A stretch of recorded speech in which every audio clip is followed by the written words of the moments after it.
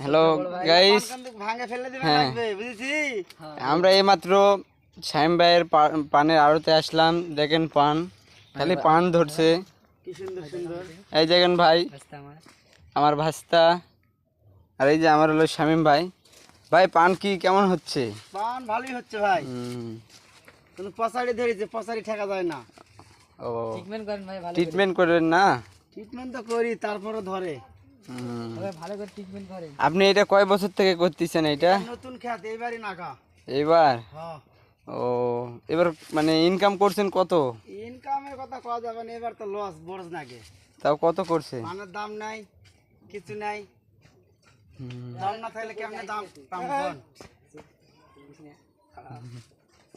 বুঝছেন ভাই? আর পান তো ভালোই আছে নাকি? আল্লাহ দিলে পসারিও আছে, ভালোও আছে, দুটাই আছে।